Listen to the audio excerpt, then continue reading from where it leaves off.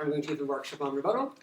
I might sometimes use lingo or jargon that you do not know or understand. Please yell out and tell me when I do that. The workshop doesn't make sense the moment when I use words you don't understand, so it's much easier if you just tell us or tell me if that's the case.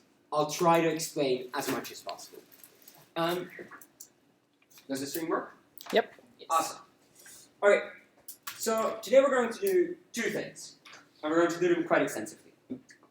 Firstly, we're going to have some theory on what rebuttal is, and we're going to have some theory on how arguments are shaped, what arguments look like, and what all of the different points of attack are. So all of the different places where you can rebut something and how that works. After that, we're going to, I think it's 6 or 7, we're going to take 6 or 7 different arguments from different motions, and we're going to build the argument, and we're going to see how we can rebut those arguments in an efficient way. Sometimes those arguments will be good, other times the arguments will be bad. Both times you need to be able to rebut the argument, and that's what we're roughly going to do. Okay, so what is rebuttal? Basically, you can say that all kinds of analysis that you bring consist out of 2 things. It's either constructive analysis, which is building up your own side of the debate, building up your own house, so to speak, and there's destructive analysis. And destructive analysis is all kinds of analysis that takes down what the other person said. So either takes down your constructive analysis or takes down the analysis that they brought to respond on your analysis. Is that clear? Awesome. So whenever I talk about rebuttal, it is everything you can possibly imagine which is going against the other side. And that's quite a lot of debating, right? Because debating is a very interactive game. You need to be able to respond to the other person, you need to be able to respond to all of the other teams, and to do so, it is most efficient to take down their arguments and to rebuild your own arguments. If you just stand on your own side, you're never going to win, or at least you're not likely to. To be able to be good at rebuttal, I think you need to understand what constructive arguments look like and how arguments are shaped in general. Presumably, you've seen roughly this slide before, with a sale analysis and asking what sale looks like. If you haven't, I'm quickly going through it. So, I know sale is usually spelled with 1 A. I think that's weird because the 2 most important steps are the 2 A's. Firstly, when you make an argument, you state what that argument roughly is. So the moment when you want to say that drugs should be illegal, you would state the argument by saying, drugs are really, really bad for you. And that is basically the poster cut boy of your argument. It's not got any analysis in it, it's not going to prove or basically convince anyone, but it's what you call the argument, it's the name of the argument. That's a boring step. We're not going to talk about state a lot this evening. We are going to talk about the other steps though. The first other step is analyze why the mechanism is true. What I mean by that is, why is it true that drugs are unhealthy for you? And you can give lots of different reasons, right? Drugs fuck up your immune system, they destroy the way you breathe, they make you, all kinds of different reasons why drugs are unhealthy for you. I think you can imagine. That's step 1. Step 2 is, that, why is that important? That step is also quite simple. If things are unhealthy for you, we often ban them. We don't want people to do unhealthy things. We think that unhealthy things are bad for that person. Sometimes they might not be able to make a mistake. You need to have both, because otherwise, if it's just unhealthy, but that's not a problem, you don't have an argument, you don't win the debate. If you have both, that's much better. Often, we then take an illustration, and we explain why, and we explain that argument further by giving an example or an analogy. That illustration can be anything. For example, drugs are unhealthy for you. For example, we all know the scene in Breaking Bad where the girl dies of an overdose. We might not all know that, but you might know that, and that's a horrific death, right? People die from drugs. Thousands of people die from drugs every year. It is really bad for them. Lastly, you link it back to the motion. And linking it back to the motion is important, because sometimes you have a really good argument, but that has nothing to do with the motion. So, if the motion is, this house believes that football should be made illegal, and I start explaining why doping is really bad, I don't really know why that proves it. It might be really good analysis, but it doesn't prove the motion. So you need to explain, by linking it back to the motion, why the fact that doping is really bad means that you should ban football. That's harder with some arguments than it is with others, but you can safely assume that the argument that you thought of in the debate should be linkable to the motion. All of these points are places where you can attack. So, we're going to basically say that none of these are, in essence, better than the other. All kinds of rebuttal is pretty good, could be pretty good, but often people make mistakes. So, I think that when you make an argument, you often, especially novice debaters or beginning debaters, only attack the example that was given. I go back to the drugs. The moment when I say drugs are really bad for you because they're unhealthy and you can have an overdoses. See that last year alone, 100,000 people in the Netherlands died of an overdoses of marijuana. Yes, sorry. Just a little bit slower. Like, not that much, but just a little bit. English argumentation, what slower? Just speech. Okay, sorry. Going back. The moment when my analysis says drugs are really bad for you because drugs can lead you to overdose or to die. And then my example, illustration, is last year 100,000 people in the Netherlands died of an overdose of marijuana. Is that a good example? No, because it's obviously not true, right? Like, nobody died on overdoses of marijuana. But if I attack the example, if the speaker after me says, no, that's not true, nobody died of an overdose of marijuana, does that make the argument any less true? Are drugs suddenly healthy? No. No, right?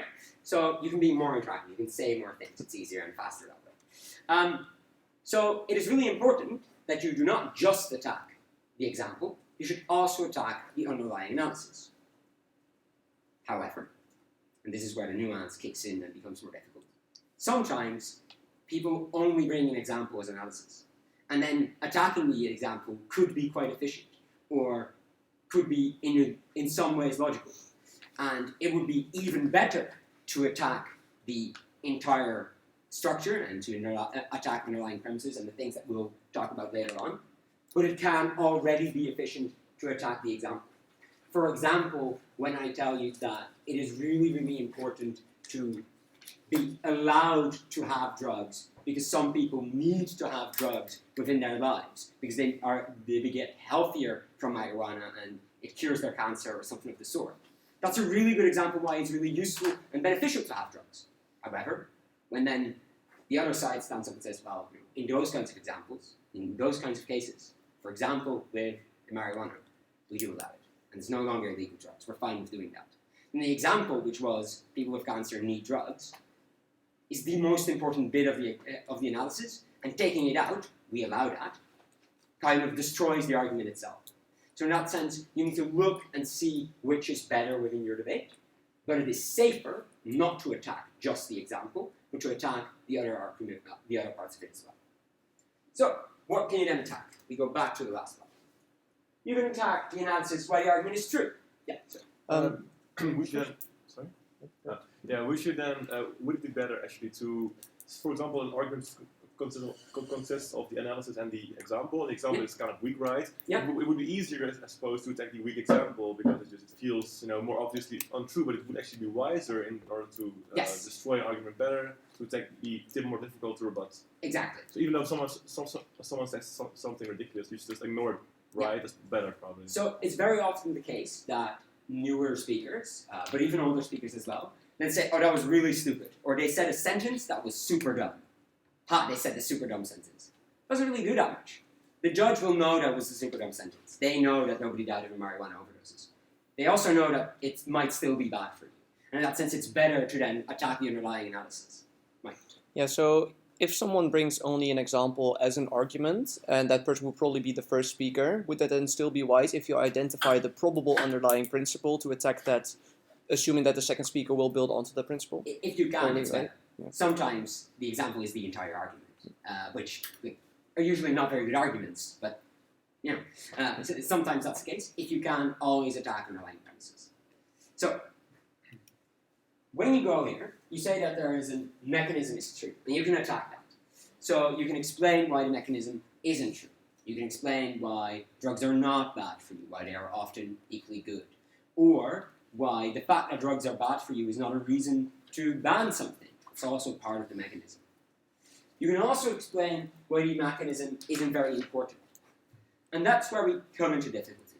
Because very often when people do that, they only minimize the impact of that argument instead of taking it away entirely. So for example, when the argument is drugs aren't that bad for you, they're still a little bad. And government side will always be able to prove that drugs are quite bad and that some people die of overdoses. Even when that is severely diminished by explaining that you have very healthy drugs now and you can give much healthier drugs the moment when they're legal or something of the sort, they're still a little bad. And they're still probably worse for you than not taking it. So when you minimize that impact, you might still not be able to win that argument. You just might not be able to overcome the other side just by minimizing it. Is that clear? Okay, awesome. Yeah. So then you minimize it, you attack the mechanism, or you attack the reasonings, which is basically the same as the mechanism. Attacking the link through the motion is obviously very clever the moment when that's true. The moment when someone isn't proving the motion, it's very easy to say, yeah, that's all true. Not their side of the house, though, or not the motion. It's basically when you say someone prepped the wrong side or something of the sort. Those are fringe cases. I put it down there because it's really useful if you can do it. Not that often. Last thing I want to talk about in this slide is attacking underlying principles. Very often in debating, we take a principle that stands, and basically that's something that we no longer explain. So arguments are made out of a principle, the starting point, reasoning, impact. Is that clear? If you attack the underlying principle, that's great. That means that all of the reasoning might be true, the impact might be true as well, but the first place is not. For example, the moment when you say everyone is free, and being free is the most important thing that allows us to choose what we want to do, and this makes that better, or this is something that we logically conclude from that.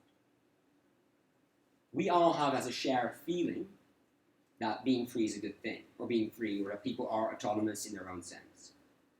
The moment when you explain that is not true, the moment when you attack that core principle, if you say that people are determined and deterministic, and that therefore they have no free will, that might take down that entire premise. That's very philosophical, of course, but this works with quite a lot of different things. The moment when you can do that, that's really great. We're going to have quite some examples later on, after this boring bit, and then we're going to try to attack some of those principles and see how that works. But keep that in mind. If that's possible, that's probably the strongest kind of argumentation and rebuttal that you can bring, because it takes down the entire argument even when some of the logical steps could be blushed over. Or if they could have a different impact, if you attack the impact, or a different way which is also true, where it also gets right. Okay. Now, 2 more tricks. Those 2 tricks are pretty simple. Very often, we have one side of the debate, which is kind of true. Drugs are quite bad for you. And one side of the debate, which is also kind of true. Legalizing drugs makes the punishments for many people better. You then need to weigh those things off. You can do a lot of rebuttal in making the arguments of the other person weaker. They're not super bad for you, they're quite bad for you. Drugs are not the biggest problem in the American prison system. The 3 strikes you're out rule is a different issue, etc. But at the end of the day, drug offenders still go to prison a lot, and drugs are still quite enough. The moment when you need to weigh that off, that becomes much more difficult. Because then you can no longer simply attack someone else's argument. You need to say how important it is and determine how much value the argument in and of itself has. We use various different metrics to do so. You can use the metric of utility. So you can say, well, drugs might be quite bad for you, but it only means that 1,000 people a year have less healthy lives. And that costs society 10,000 euros a person. Prison costs society hundreds of thousands of euros, and being in prison is abject torture. We make jokes about people dropping soap in the shower. Anyone who's in there is horrendously bad off. It is much worse to be in prison than to be a drug addict. Therefore, we'd rather have drugs being legal because then at least they don't go to prison. That way you can make a trade-off, right? And you take the same kind of individuals and you explain why it's even better for them. but that works in many different ways. So the moment when you can make a trade-off, you should probably do so. And I think that in all debates, eventually it comes down to a trade-off, because otherwise the motion is probably not very good, and you hope to only be debating good motions. So you also want to have a trade-off between those two things. You win and you say that sometimes they're not very good motions. Even then, I think there's still a trade-off to be made. Because probably there's one up argument and one up argument that would still stand at the end. Second thing is integrated rebuttal. Especially when you're newer, I wouldn't.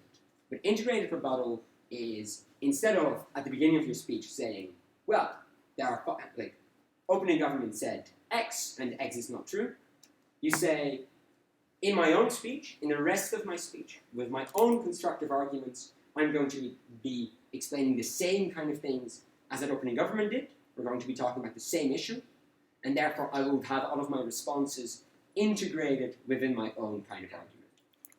People know what I'm talking about? Good. Doing that is usually more efficient. It is better to do it, because you take less time. The moment when you're both going to be talking about whether drugs are good or bad, it is easier to talk about it in one go than in two different spaces, right?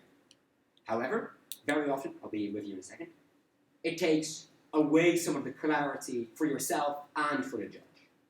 So you are faster, you're more efficient, but it is more difficult for you to actually have your responses.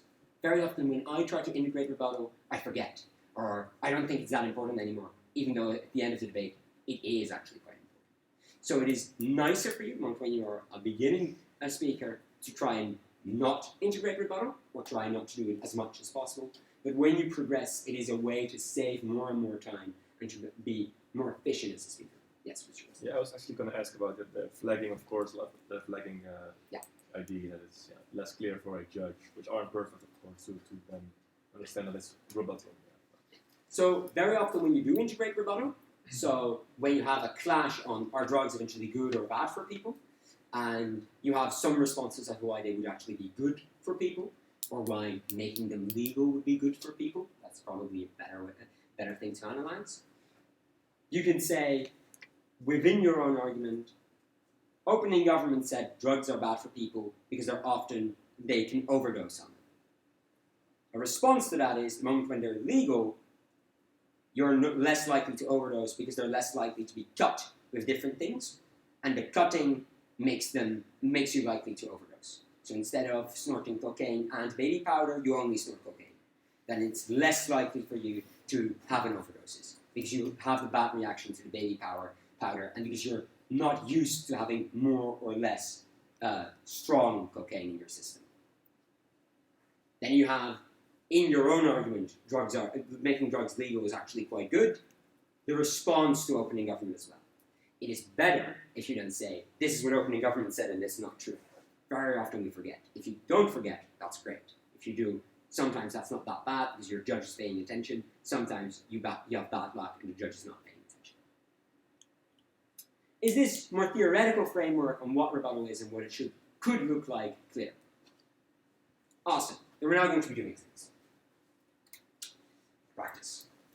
So, I thought of lots of different motions. Some of them you might have seen at the Cicero debate tournament this weekend. Other ones you could have seen in various other tournaments that I set motions for. And we're going to be looking at each of them individually. We have different topics. This topic will be feminism. We're going to be looking at a feminist argument. Next topic will be something else. Every time we'll have the motion. This has to introduce a gender quota for the boards of big companies. The motion wording is not great, please don't sue me. And I will have the basic principle of an argument. So this is not the entire argument, obviously it doesn't work that way, but in 2 sentences or less, we'll have the statement of the argument, the essence of the argument. I did most of this on the train, so please don't be worried, it's not great. On the motion, this asks you to introduce a gender quota for the boards of big companies.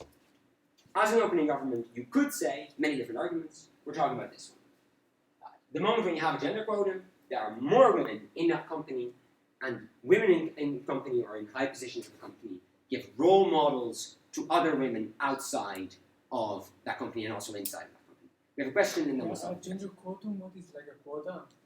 A gender quotum is like a quota, like a fixed number. Yes. Okay. So, for example, you'd say that a board has 9 people in it, and at least 3 of them need to be women, or at least 3 of them need to be men, but you can't have 9 men or 9 women on it. That's the idea. Usually we talk about women's quota because there are fewer women in company boards, but maybe that will change, be happy, and like more men in company boards. So that's why you have the motion as a gender quota. The moment when this is your argument, can someone say why this is not a good argument as it stands there? What's immediately missing, Mike? So I would probably say, why do women in the general sense of society look up to women in company boards? Okay, yeah, that's a good question. But we can probably answer that easily, right? Women in company boards are very rich. People look up to rich people. They're successful. They did well in their respective fields. And those are things that society admires. Maybe it shouldn't admire it, but it does admire it. Yes? But then you can attack it very easily on most people do not admire someone that is, a fictional person that they do not have a contact with. Most people admire their relatives. Most people admire the people they've met in their life. Yeah, that's true. Does that take away the argument, though? It severely damages it. I think if you put it in a framework of actually this is what people do, this is who people follow, mothers, But these women might also be mothers, and they know people in their personal lives. So at least for the other women that these new board members know, this is a good thing. So that's great. It minimizes the impact, but doesn't take it away. But then you can also say that there's a really small number of CEO women, and Yeah. there's a much bigger number of women who work, for example, in factories. Absolutely. But why does that mean that this is not a good idea? Well, we'll get to that later, right? This is a great example of minimizing, which is great. You should always try to minimize arguments. It's even better to take them away. But what is missing in this sentence? Yeah. Like impact is missing. Exactly. That's what I actually was going for. Why are role models for women important? What does a role model do? I have no idea. I think that a role model is a good soundbite, but I don't know what that does. Does that mean that more women will try to work in companies? I don't really have a choice, right? You need to work, you need to earn money. So you need to explain within this argument what a role model is. And only after you've done that, that's good. However, I'd like to posit that the moment when opening government says this is the Prime Minister's speech, and the leader of opposition says, well, you didn't explain what role models are. Role models are not that great. So 3 speeches left. And in those 3 speeches, any one of them might explain why role models are a good thing. So just saying you don't explain what role models are is not good enough. We need to explain why role models for women are either adversely affected or not good.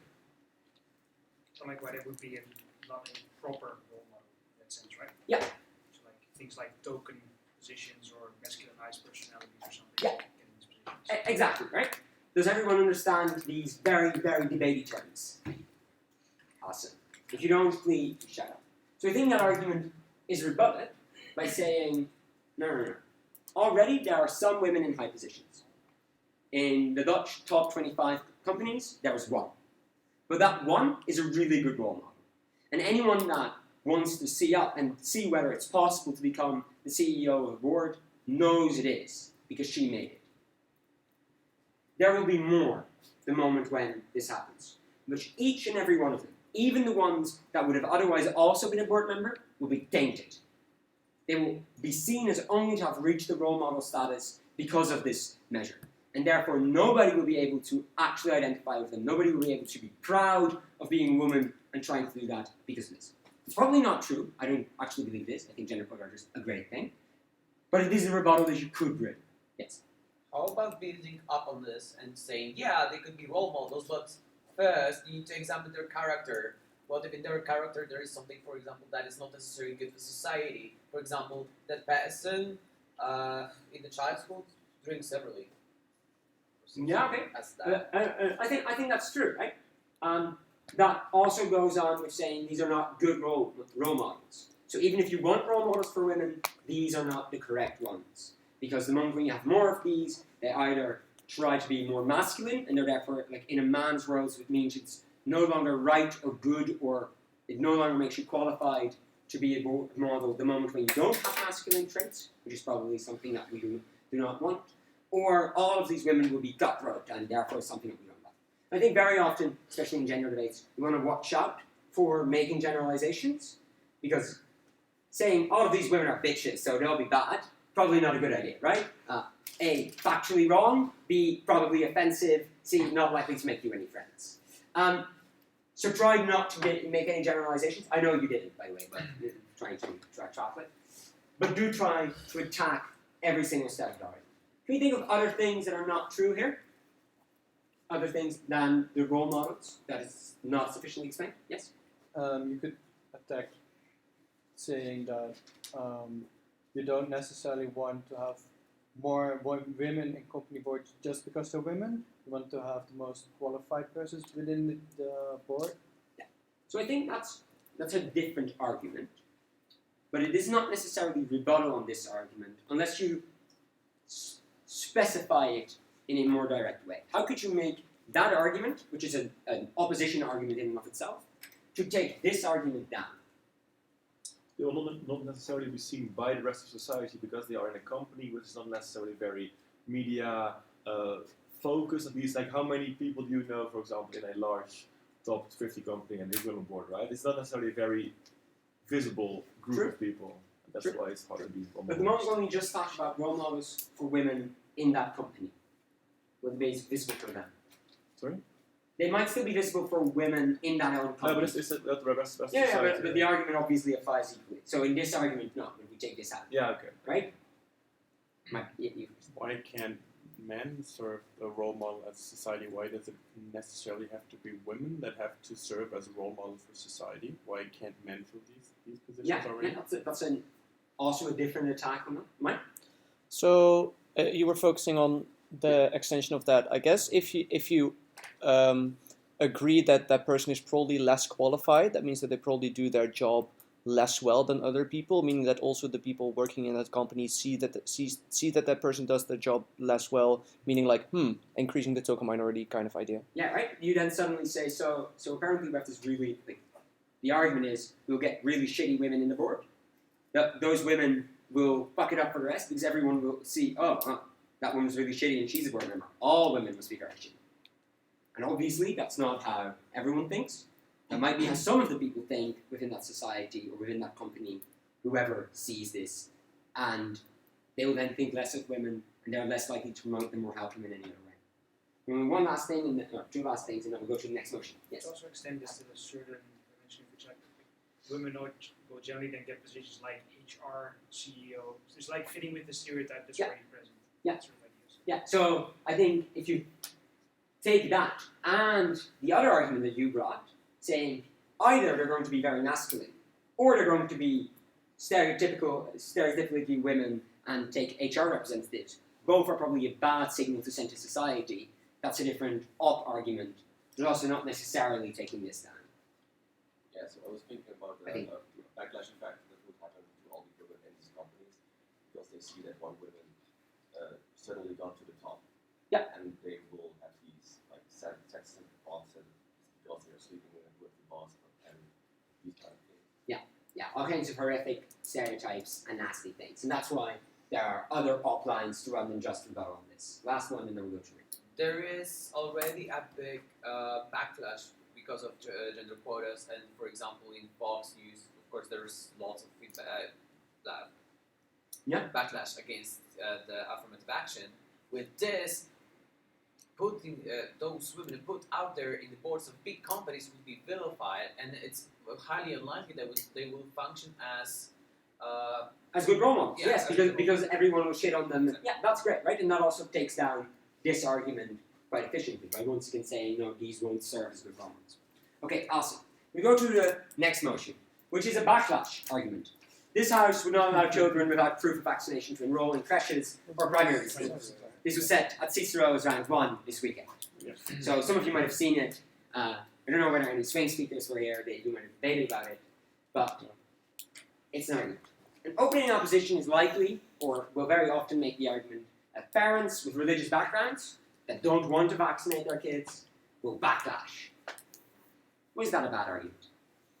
We don't know what the backlash looks like, why it's necessarily bad, and why people will be harmed by this. Yes, absolutely. I guess also why is that group so big? I'm not Right. sure. So I think saying that the group is small means the argument is less impactful, right?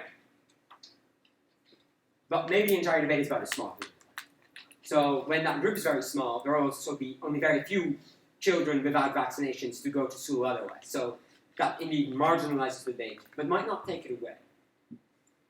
Yeah, religious people, sorry, parents with religious backgrounds are not necessarily characterized as why they would be more likely to have an opinion about the vaccinations. So that is Okay, but I think we can make that, right? So I think the argument is still believable that there are, because we know there are some people in Staphorst that really don't want their kids to be vaccinated. I don't know, maybe that really don't want their kids to be vaccinated, or some other people from a Bible Belt or religious minorities that don't want that to happen. And they're probably the most important group within this debate for opposition side. Like, the nutters who think vaccinations give you autism, fuck those guys. Like, we'll easily say they have to vaccinate their kids. But the question is whether these religious parents also have to. Because they have a more legitimate grievance. At least, I think most people would say it's a more legitimate grievance, even if you don't think it is a legitimate grievance. So, parents with religious backgrounds. Some of them, or at least the parents with religious backgrounds that don't want their kids to be vaccinated, they'll backlash. The problem with backlash arguments is often that people don't explain to whom the backlash is, or why that's going to be important. So, Lisa, can you tell me what this backlash could look like in the best case scenario for opposition? I mean, violence is always a thing of making or something. Going to schools and get mad at teachers, something like that. I think opposition would make it as extreme as possible. If like violence, people are scared, and that's. But it's not likely. Nah, it's not like a scenario. So that's.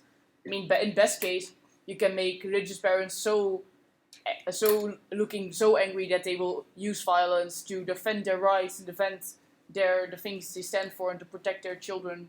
I think opposition will portray them as like almost crazy people who use violence to get what they want, but it's not like a likelihood. Just right. Like, I'd say it's reasonable to see that like parties like SGP or CU, but like in the state, parliament, start ranting about vaccination and sort of stuff, more like targeted. Wouldn't they already? Yeah, so like I'm not sure how it would actually change something that's already there. Yes, that is indeed the question. That's the other pitfall that we're going to handle in a second. Yes, Mike. So I think probably as rebuttal you could say that the backlash happens to themselves because they probably will have to do homeschooling, stay in their own parts, which means probably less good education, access, but also if we believe in vaccination as in infecting other people, they are with each other, no group vaccination, etc. So you can swap that around. Yeah. Well, we could also say the backlash could be that they isolate themselves even more from society. So they already are like a minority within that society. If we agree that they are a minority, a small minority, through that motion, they are separated even more from the greater society. Yeah. And if it's that, is it that what we want? Do we want that? Possibly an alternative group that would feel like the liberties of these people are being attacked, and therefore would be solidary with them, and also all kinds of negative outbursts, be it political or otherwise. Yeah. Like that. Uncertain how strong, but I do think that might be true. So the backlash will, if opposition explains it correctly, entail something like saying you're less likely to engage with the rest of society, not just because you'll be homeschooled, but also because you're more angry at the rest of society, so you don't think they trust you or they don't respect your values, etc., etc. Why is them being more isolationist a bad thing?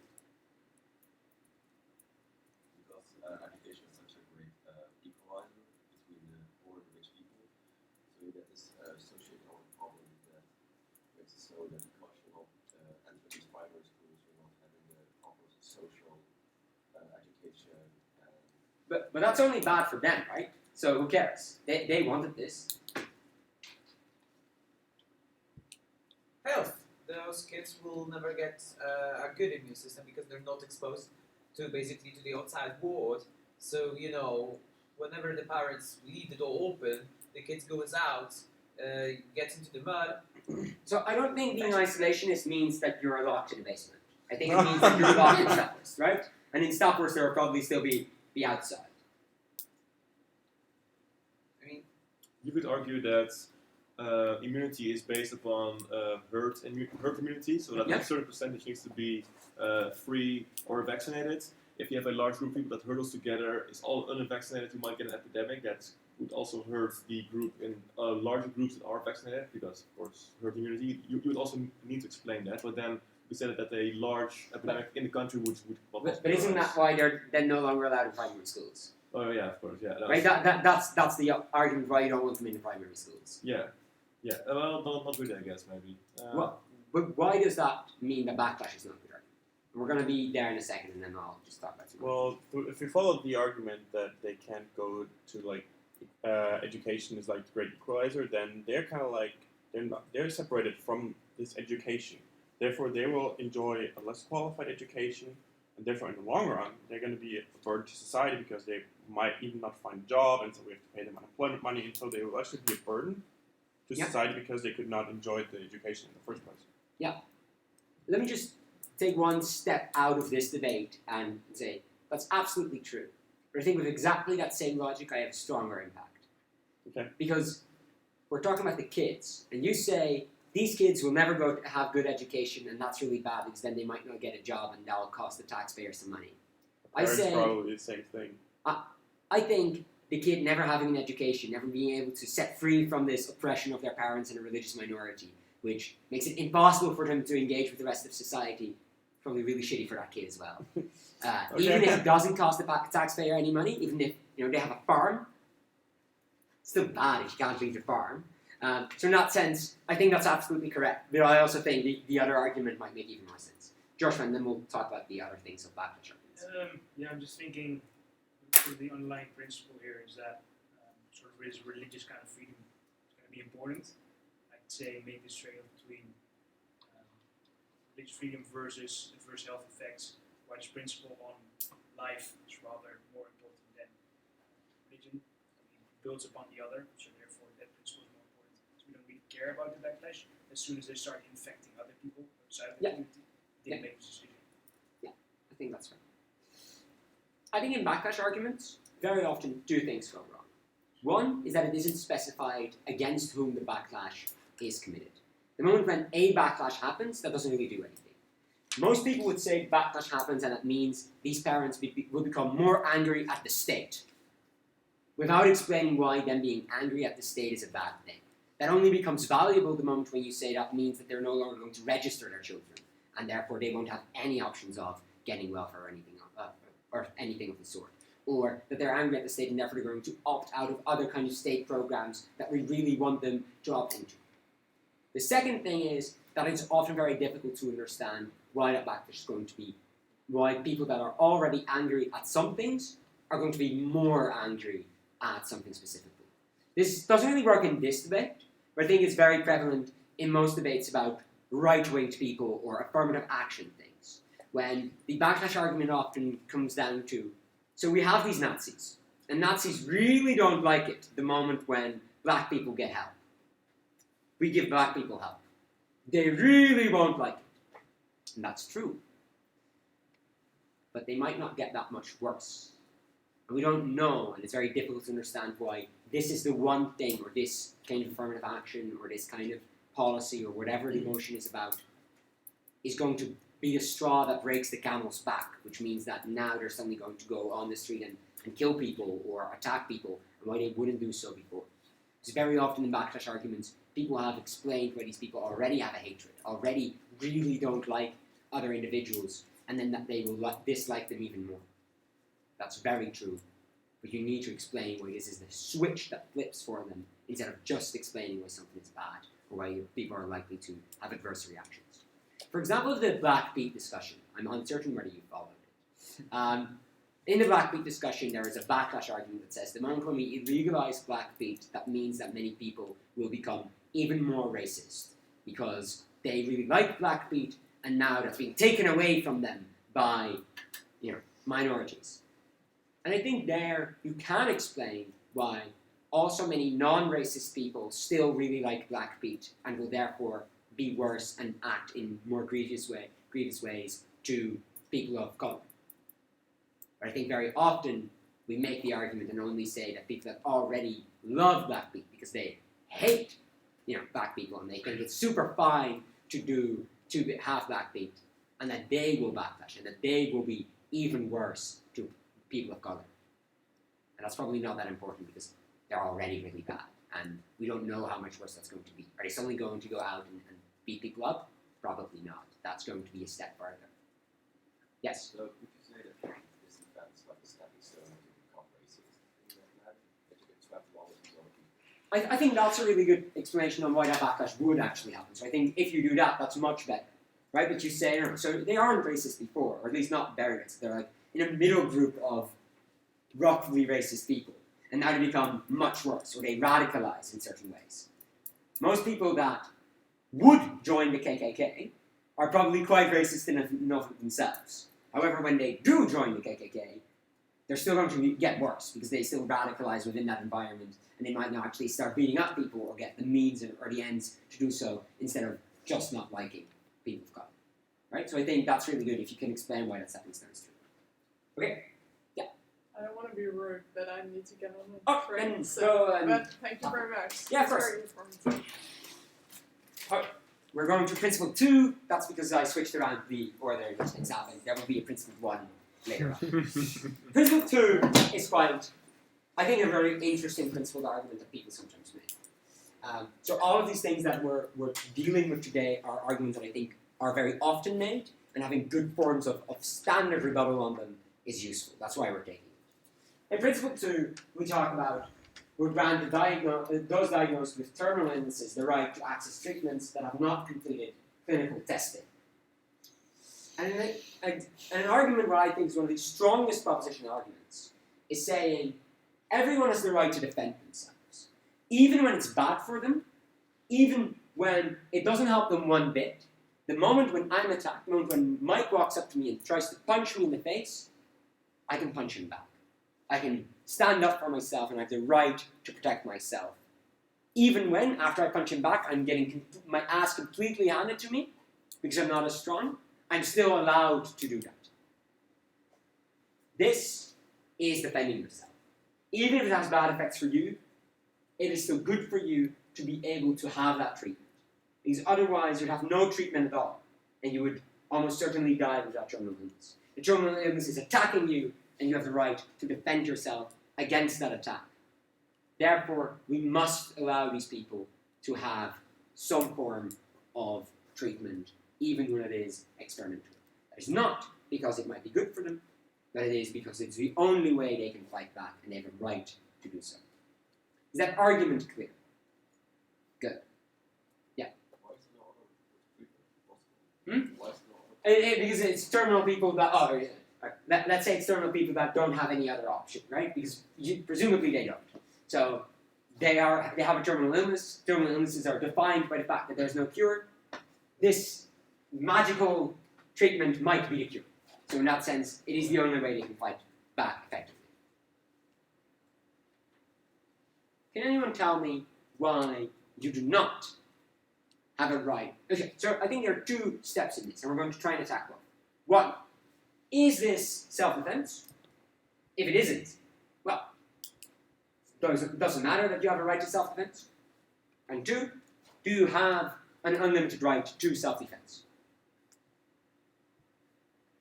Can someone tell me why this is not self-defense? Mike. So in your example, the same thing as you punching me. Yeah. So what if there would be a surefire way that your hand would backfire and put a knife in your own heart? It's kind of like it's like, so Am I you then say not even allowed if to do even it? if I'm getting the whipping afterwards, like it's not necessarily self-defense if you're not sure that it would work. So you punching me does give you a feeling of happiness that directly weighs off versus me hitting you. But if it's not proven, then that means that it's not necessarily a defense first towards your illness. No. So, yes, it's true. It might not work. But the fact that it might not work doesn't mean that it's not the only thing I can try, and therefore that it is good to be able to try something. And think of examples of people in war situations, right? The moment when I'm attacked as a group and we fight back, more of us might die. Because if we would have surrendered, we would have a much better life. Whilst fighting back means that more of them will die, and more of us will die. Yet I still think that most of us will say that the moment when I'm attacked in a war situation, I am allowed to shoot back. And I really mean to say that you're being morally unjust to just let yourself be captured. Why is this, question one, why is this not self-defense? Yes. Yeah, with self-defense, I think the base principle is that there's one instigator and one defender. Yeah. Not necessarily a third party. In this case, there will be a third party. For example, there will be physicians who have allowed you to test this and therefore can be harmed indirectly if something goes wrong. Therefore, there's a third party that's not necessarily linked to this. It might be harmed by your so-called self-defense. Why in normal cases that would not be the case because you have the attacker and defender, and there's no third party that could be hurt usually. So I think that explains, at least in some way, that there is not an unlimited right to self-defense. If I am attacked and I shoot back, but shooting back kills Lisa, probably not good, right? Oh yeah, I guess that's usually. And I think that takes it down on a different motion. So I think that might be an explanation why. I think you're right. Yeah, it's more on the other principle, on the other self-defense is allowed always. Yeah. So, but that would still defeat the argument, right? Because if there is not an unlimited right to self-defense, we just have to explain why this harms more people than it helps. How would you attack self? Because first, I think we need to maybe just what you want to do. Yeah. Yeah, two things. First one, I'm sure of self-defense only applies in situations where the other party has agency themselves. So like it's with some intent to harm you in that sense. And then The virus like is that's why I'm like not sure of it. Like I can't build upon it. But the second one, is actually say like it's for an impulsive response. So there's no time to think about it. Here there is, and that might work in some sense too. Yeah. Attack this principle, like yeah.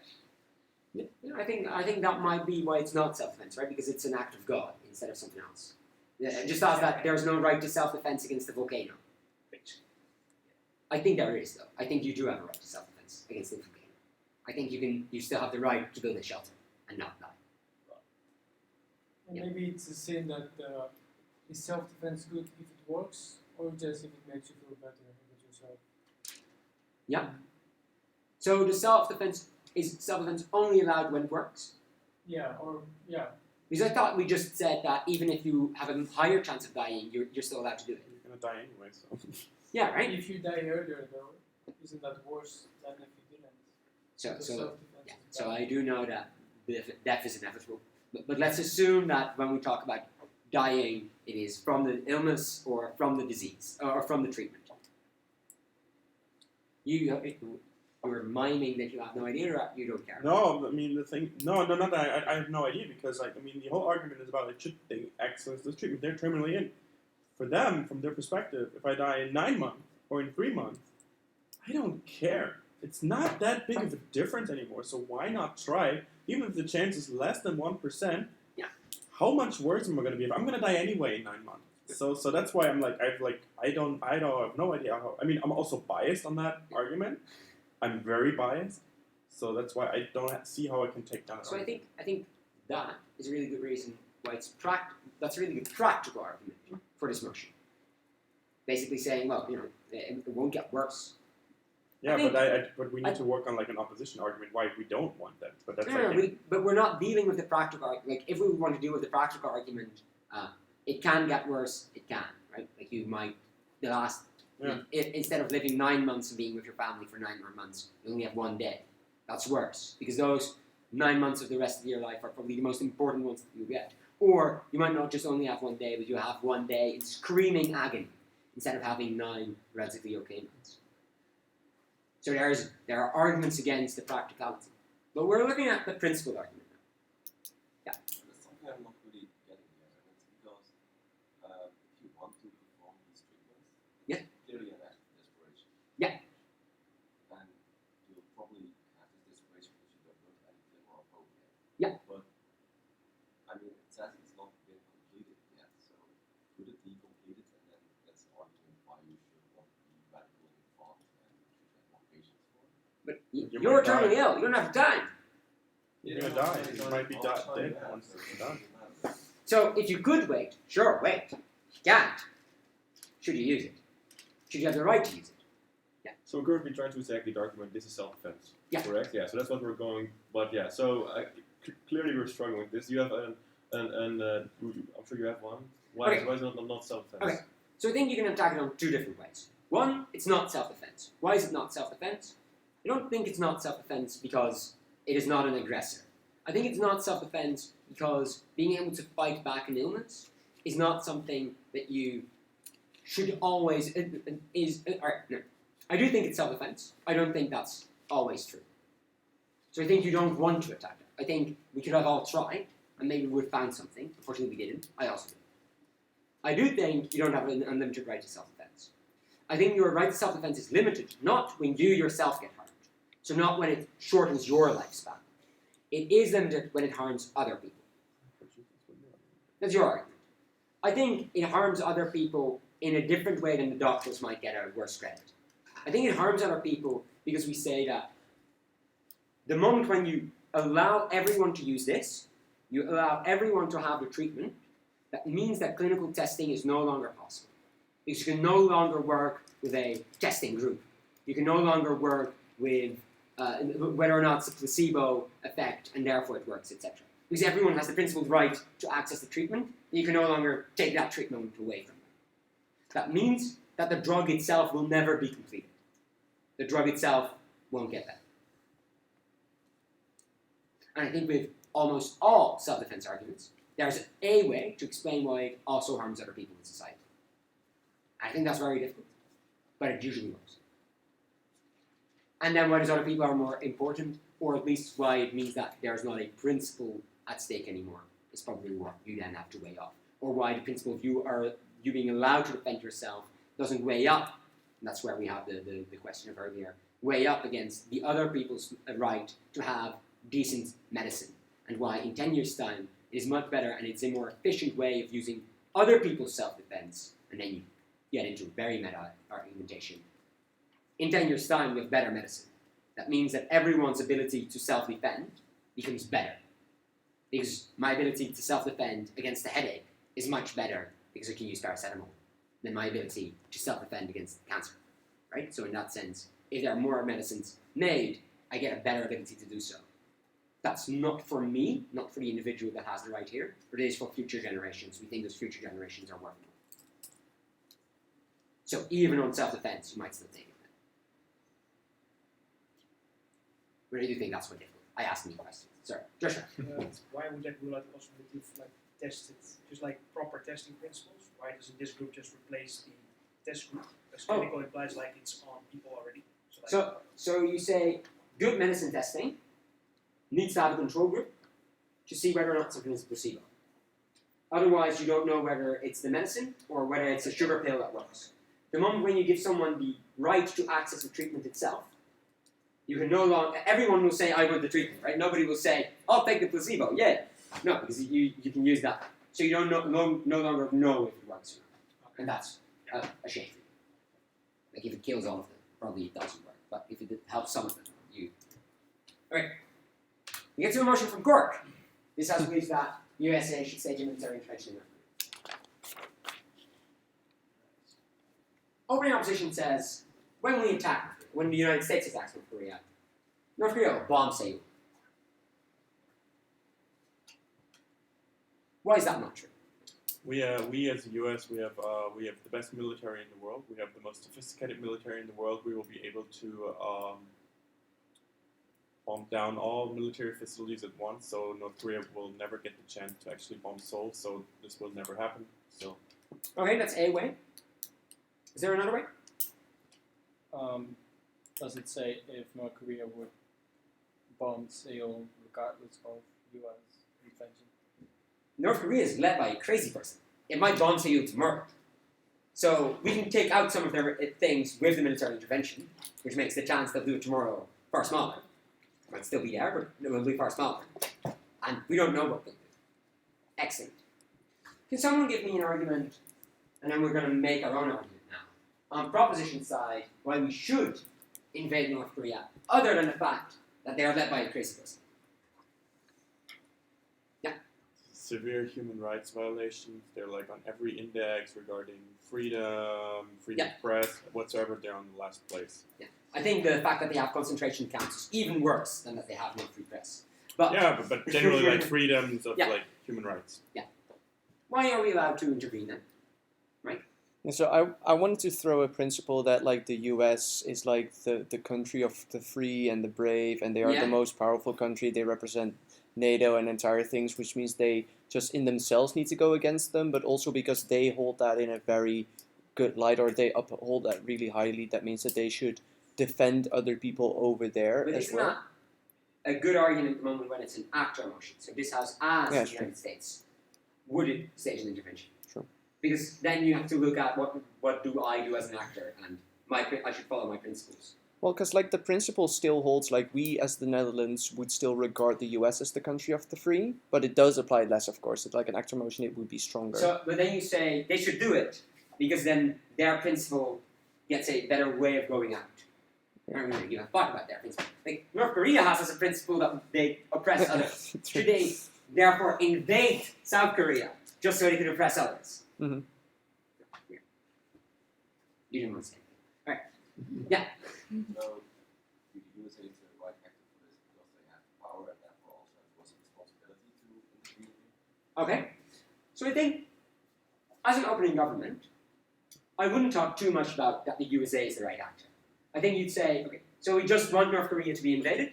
If anyone else wants to do it, that's fine as well. That's not what we have to defend. We're also happy with China invading them. We're agnostic about it. The word agnostic is great in invading. You basically say, you have, What does agnostic mean? agnostic means that you don't care. It's not something that you have to defend. Like, So if you say, no, it would be much better if China would invade them, you can say yes. They're probably not gonna. Then we still rather have US invading them than nobody else. We believe the US should invade them. Preferably with a coalition of the willing. Preferably with the entire rest of NATO.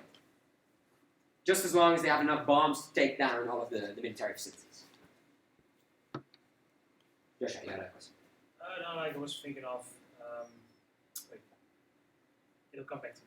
Yeah, that's right. So as opening government, you say there are gross human rights violations. It needs to be stopped. We need to go in. Why should you go in and stop human rights violations?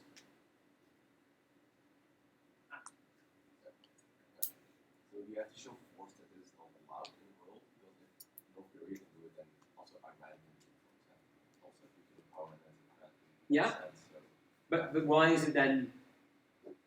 I'm looking for a much simpler answer. Why can we stop human rights violations? We care about humans, right? We care about each other. Exactly, right? Like, they have a shitty life. Probably want as many people to have a good life. We usually don't interfere with other people's countries because we think it is best if there's not that much war. like saying that and then also have like China and children. Yeah. So Yeah, so maybe China should also be invaded by the US? But probably every single time this is a way out. It is very bad for the world and for individuals living in this world if China is invaded by the US because we'll have a world war. And many, many thousands of millions or billions of people will die. If we do this, it might not be that bad. But we still have the 1 million people that are in concentration camps in North Korea at the moment. Make a happier place. Yeah, so I think that boils down to the essence of the debate, right? Which side saves more lives? Yeah. And I'd say that, given that, building on that, given that North Korea is likely to do something crazy in the future, anyhow, I'd say that within North Korea, the only reason why these human rights violations are continuing to happen is because of this narrative of fear that's self-perpetuating because people are using force.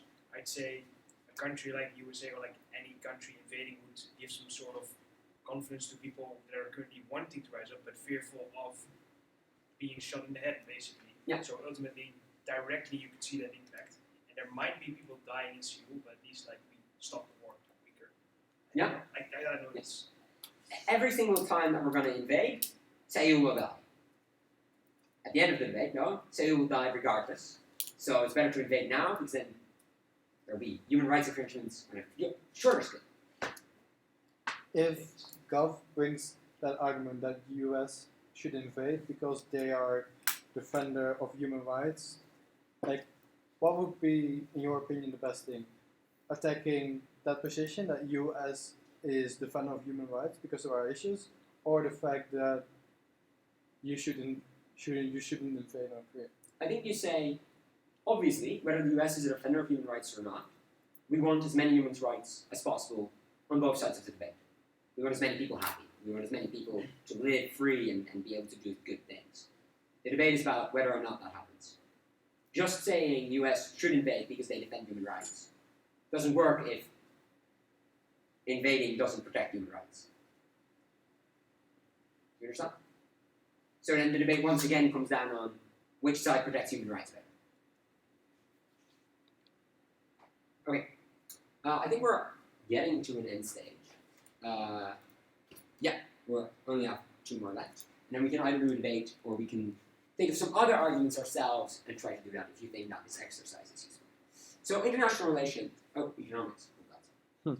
Sorry, there are 2 different thoughts. This has to introduce a minimum wage. Other than this argument, can anyone think of a good prop argument? We're going to build it together. We're going to just build a prop argument at the moment. Currently, if you don't have minimum wage, it's especially for people who are not being like highly educated, easy to be like abused. They don't have any other options. They don't know how to defend themselves. They don't know how to get to the court and say, I have been abused. I have not been paid so much. But it will still work for you because $1 an hour will still be better than $0 an hour. So we can stop abusing people. Yeah. Anyone want to build on that? As the weaker party, so the people, the laborers, you don't have any position to negotiate, so you will always take a salary of $1 above a salary of nothing, because you need to have some salary to pay your bills. And therefore, not having a minimum wage creates, because corporations have a better position, will create a system where the wages go down, which is bad for those people. I think that building on that, there's this sort of privileged class of rich corporate white men that are incentivized to keep these wages low, have the political capital to negotiate them downward, influence legislation, that sort of stuff, versus a very small group of like severely, I would say that severely harm people under status quo. Sort of, it's being self-perpetuating. Therefore, like, we need the state to intervene. It's a necessity because they otherwise couldn't stand up for themselves, given this sort of structural inequality in bargaining power, negotiating rights, that sort of stuff.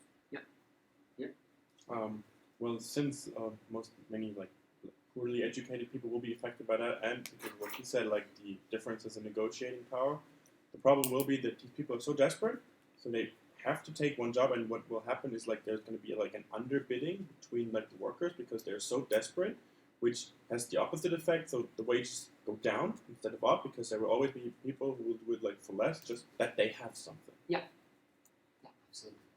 When you have this type, is it important to say why this is better than any other policy? Because the other side might say that they just use any other form of redistribution or taxation. So do we have to say why this is the best way? So I think opposition can say, well, we still would like a world with welfare. But even within a welfare state, even when welfare is given, minimum wage might be good because of the reasons that have now. However, I think that when thinking of arguments, it is very important to look at what is going to be the biggest clash within the debate. I don't think anyone is going to contest the fact that having a minimum wage or having a living wage is good. Being able to support yourself and eat is a good thing. What do you think opening opposition is going to bring, and what's going to be the biggest contention within this debate? That it's like an intervention in free markets. That it goes against the principle of free markets. Okay. Why? So I don't think I would bring that argument. Why would you? As opposition. Well, as opposition, I would argue that like Oh, no, sorry, no, I thought we were talking about like the biggest clash. Yeah, but why do you think this is the biggest clash? So, because basically I say that okay, we have free markets, like markets are like the best thing to allocate like resources whatsoever. We can accept the principle, and I think like a market without intervention is more efficient than a market where the But government. should we therefore never intervene in the market? Yeah, that's not that good of an argument. So I think that's the issue, right? I think it's true that we probably usually want a free market. Not necessarily prop communism, but sometimes you might want to intervene. And this might be one of those times. Yeah.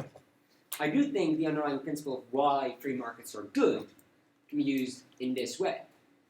I think the biggest clash is going to be that opposition is going to stand up and say, companies only hire people the moment when they add more value to that company than that they cost. I think this is actually one of the off arguments. The moment when they add less value than the minimum wage, they're not going to be hired.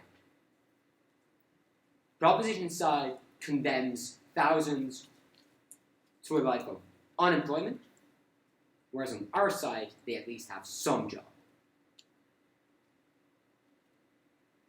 Then, you need to weigh off, and I think that's what this argument and this motion forces you to do, between having a job with very little money, or some people having a job with enough money and others not having a job. How would you make such a way up?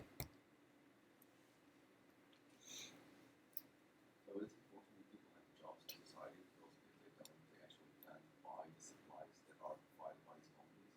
Yeah. So if they can't buy the supplies, these companies will have to change the production rate of the fabrics. So But that's just saying that we want money, like people to have money. Right?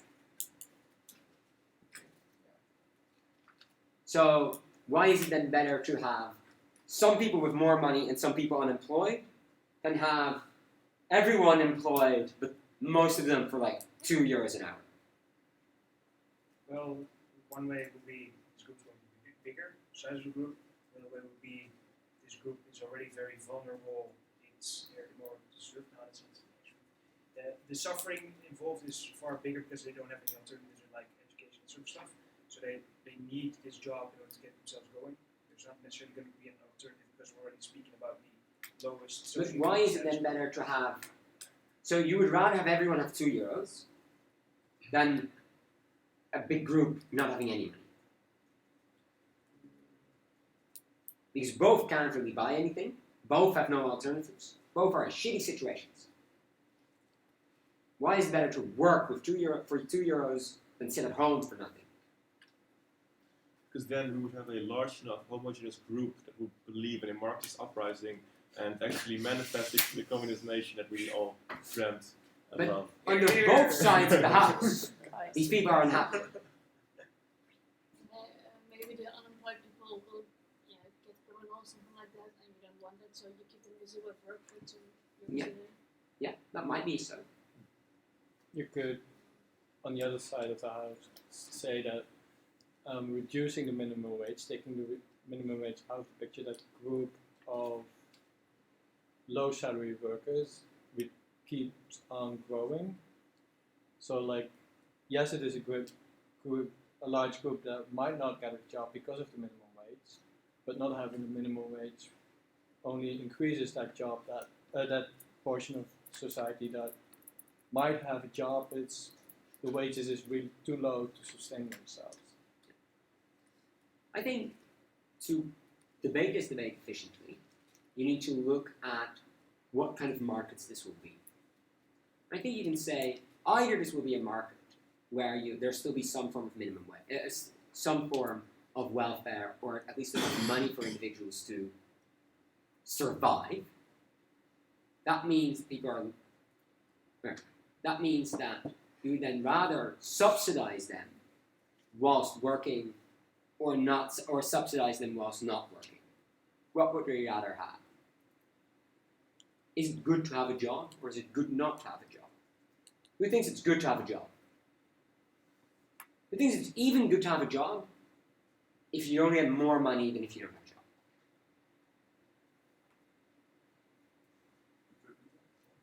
Do you think it's better to have a job and work 10 hours a week, no, 40 hours a week for 400 euros? Or is it better to not have a job and get 400 euros?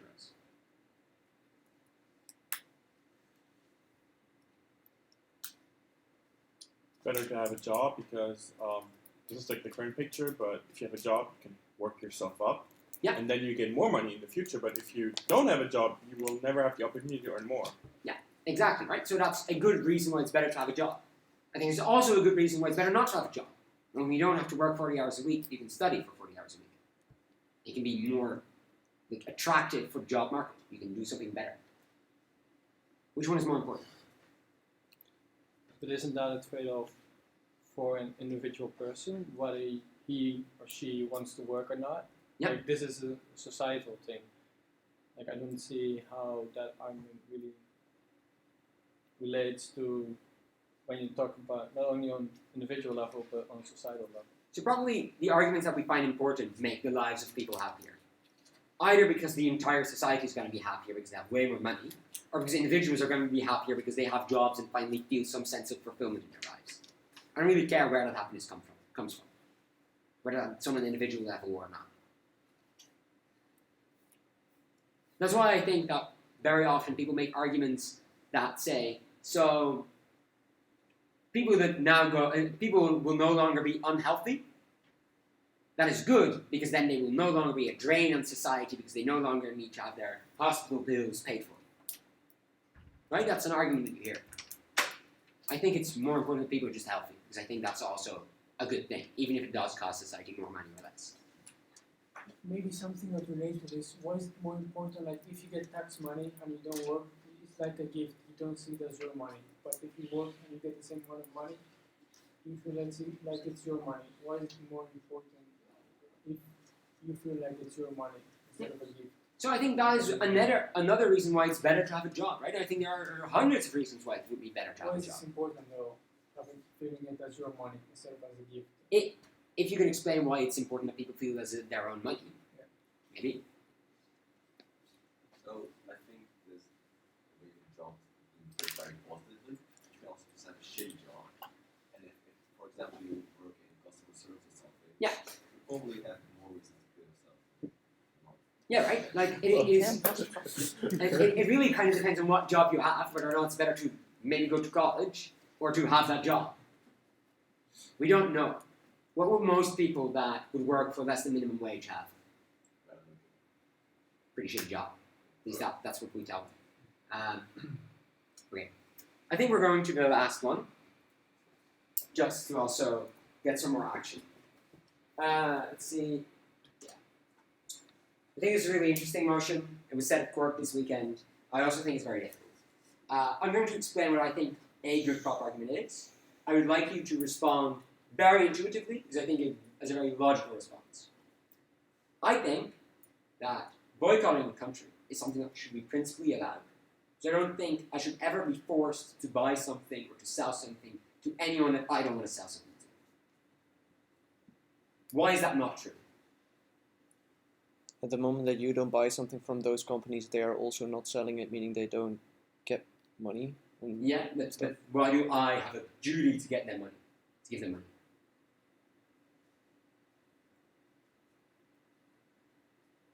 I think very often, principled arguments, and I do think this is a principled argument, right, are defeated by examples. That's also why then rebutting that single example, as we went all the way back to the beginning of the workshop, might be actually really efficient. I think this argument is very easily rebutted by saying, no. You cannot always choose to sell to whom you want to sell or buy something. You're not allowed to be racist the moment when you sell things. You're not allowed to say, no, we don't allow gays here, or queers, or anyone else. You're not allowed to say, I will sell everything to everyone, except for the fucking Belgians. Why is Belgium different from Israel? You're not allowed to just be discriminatory when you sell things. I think that's the obvious response, and I think you need a more nuanced prop argument to defeat it. So we're going to give that, and we're going to see what the response on that is. I'm not going to... Yeah? Is it like in Israel. Obviously, they're Israeli companies, so they have to be located in Israel. Like branches of them might be in the Netherlands, you're correct, but let's just say it's Israeli companies. So you have a multinational country, right? I think.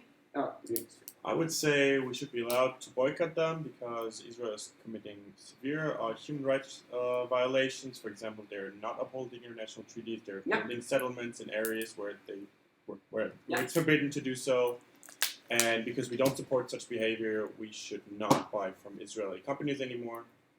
Probably an opposition argument will then be, well, but then we also cannot buy any more clothes from H&M because they employ child labor. That's also a human rights violation. Blah, blah, blah, blah. Or, I think a different line of opposition is, okay, so you say because Israel does bad things in the Gaza, I'm allowed to say I'm no longer buying things from Israel. David Geffen is the richest gay man in the world. He sometimes does very nasty things. I don't like his music videos. Even, I'll say, that's not true, please don't quote me on this, but he does horrible things. I will no longer buy anything from any gay man. Because he's gay. Therefore, I'm now allowed to boycott all gay people. Why are you allowed to boycott Israeli companies that don't do nasty things in the Gaza? What do they have in common with each other? There is an answer. Probably they have something in common. And not just the word Israeli. Yeah, I wanted to blurt out tax, or at least just governments have control over companies, so... Yeah, right. Or at least they have some form of control. I think it's fine to say I'm not buying something of North Korea, or even North Korean companies that cozy up to their state, because they're really mean to their people. If you explain that Israel is equally mean, that might be true. I don't know where Israel is equally mean. It's on camera, so I'm not saying anything. But, no reasons to do it. Do you think this principle is true, that you are allowed to sell things to Israel? Should you be allowed to boycott Israel? Just as a more general question instead of in the debate sense. So if you're not allowed to boycott them, you can't really take a moral stance on this subject. Why not? Because you can't show your opinion to a certain subject like this because you are forced by the government to actually have the same stance as them.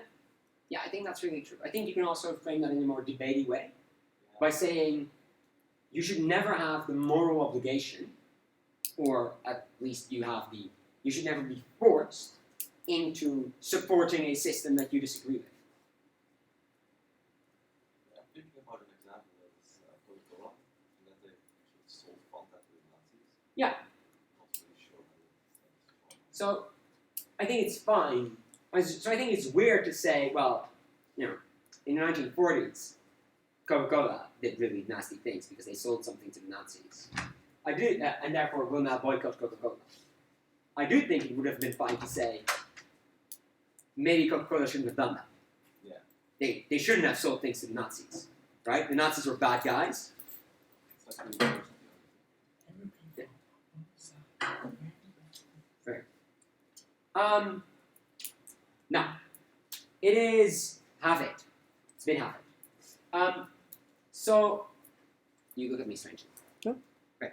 All right. Do you want to do a debate, or do you want to do... Sorry, I'll keep thinking on the wrong thing. Or do you want to do more arguments, maybe not arguments that we've thought of now, but that you've heard, or that you've seen, and that you think are really interesting, and you want to discuss them with the group, and to look at how to defeat them. How we can effectively take them down. Right. Yeah, so I'm often having quite a difficulty in doing comparative rebuttal on consequentialist arguments versus other principled arguments. For example, at UCU there was the motion of the subliminal messaging one, which was like this house believes that states should use subliminal messaging to push on liberal values. Yeah. And then OO talks about backlash that's possible if people find out yada yada yada. Assume that's well explained. Okay. CO, what we at least tried to do was something about a duty from the government because yada yada protection. I don't remember actually what our Right. argument was. So So- let's say those two are so- well made. How do we weigh that off?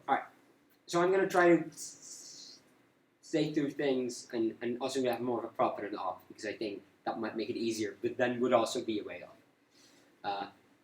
This house would, roughly the same debate, this house would brainwash every single person in their country to follow the criminal law.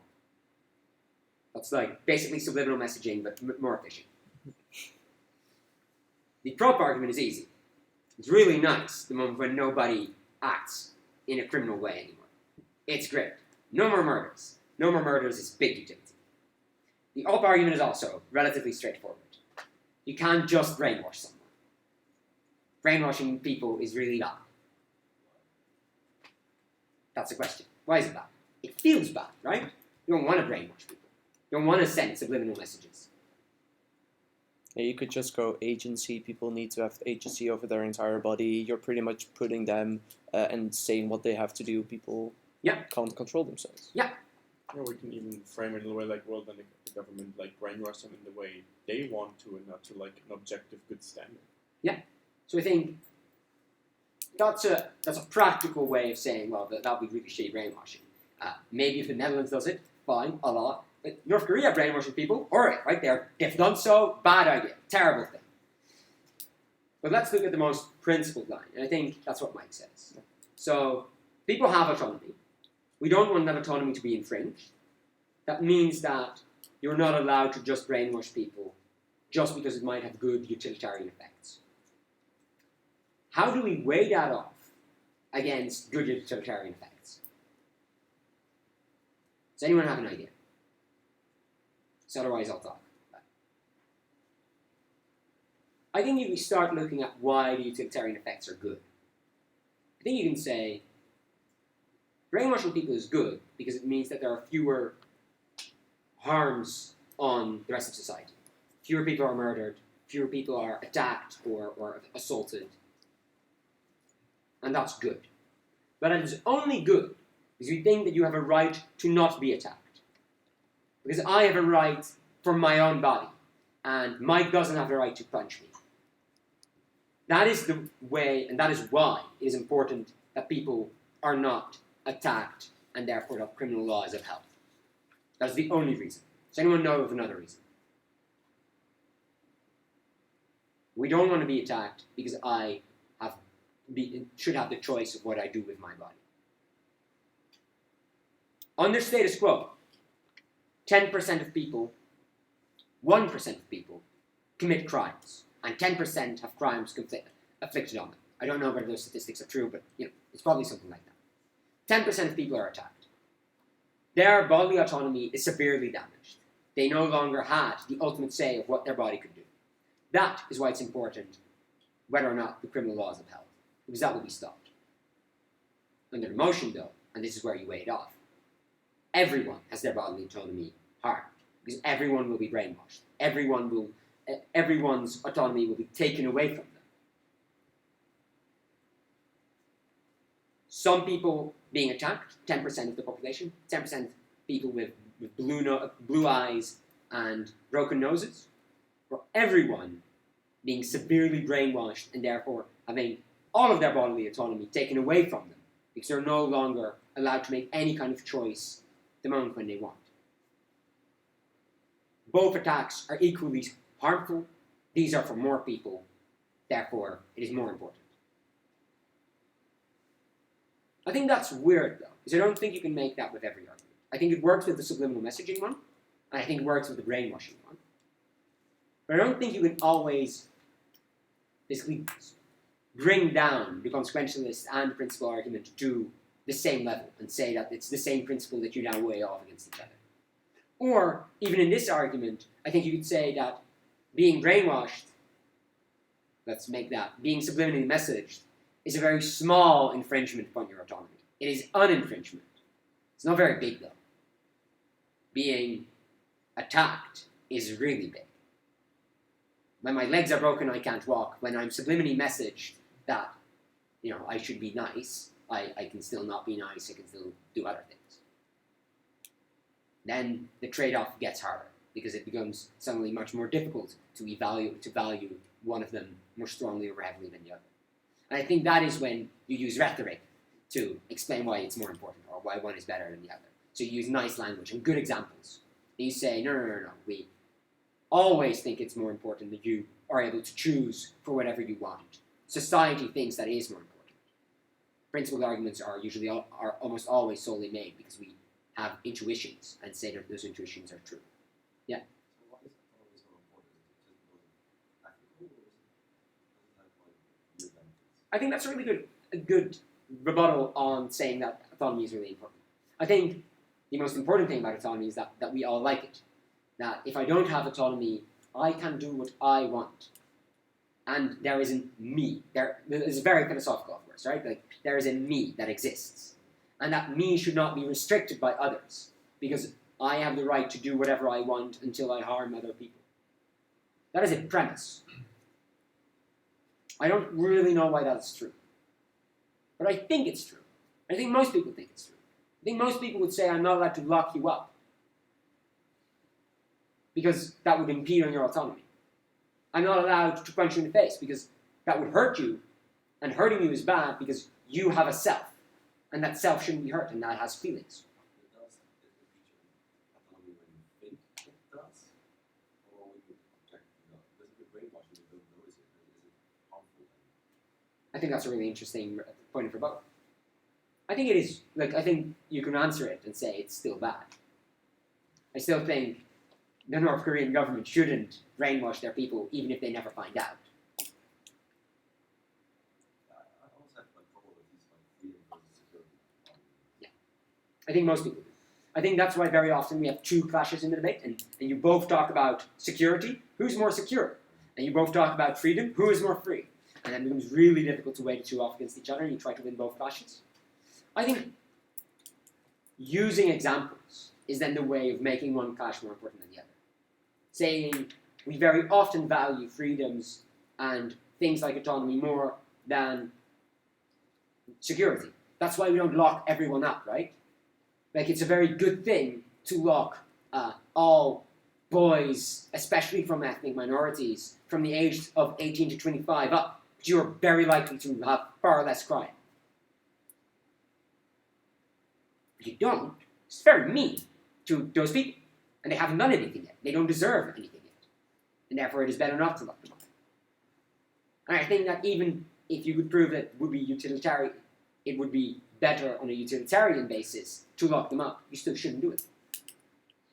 Because they're innocent, because they haven't done anything wrong yet. Okay, I just have a question about the rest of the night. Yeah. Will the workshop be then until when will the workshop be? Well, basically, that was the question I posed when I put that on the board. Yeah. So the question is, do you want to have the rest of the workshop, more questions that we do with one another, or do you want to do a debate? Yeah, so I think everybody wants to please. I would like a few minute break, but also what do the people want? I guess we should have a raise of hands would be the most democratic way of doing I this. think if we start in 5 minutes, we can still do a 5-minute BP. Yeah, exactly. Yeah, otherwise we have to make it 4 minutes, and that's shitty because then I talk faster and nobody hears me. Let's do this normal 5 minutes. Alright. If you want that anyway. Alright, then let's take a break. Yeah. And then we'll come back.